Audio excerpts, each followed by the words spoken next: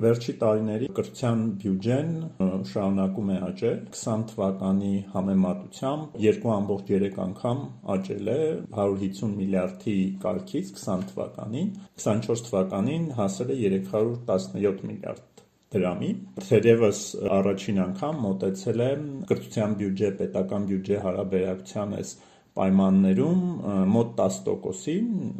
երրորդ մեծ տողն է դարձել պաշտպանության եւ սոցից հետո։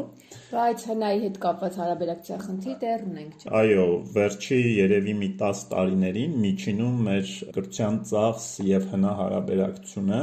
2.2-ից 2.5-ի սահմաններում է եղել, 24 թվականի այս կարելի է ասել շեշտակի ավելացմամբ նոր հասել է 3%-ի։ Բայց նախ պարզաբանենք, որ ՅՈՒՆԵՍԿՕ-ի տվյալներով 4%-ը ամենանվազագույնն է, այսինքն մենք դեռ շատ անելիք ունենք այս առումով։ Զարգացման իմաստով 4.5-ից 6%-ն է համարվում, որ կարող ես ասել, որ դա զարգացող բյուջե է, բայց դրան ավելացրած այս 3%-ի հասնելը առաջին հերթին եւ ըստ էության բացառապես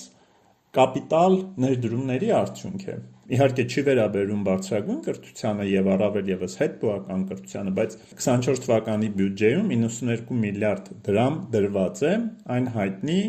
300 մանկապարտեզ, 500 դպրոց շենքերի համար։ Հա, այդ ծրագրին ըստ էության, որը դե երևի հասկանալի է, որ դի կառուցվի, բայց դա բավարար չէ։ Հա, իհարկե բավարար չէ։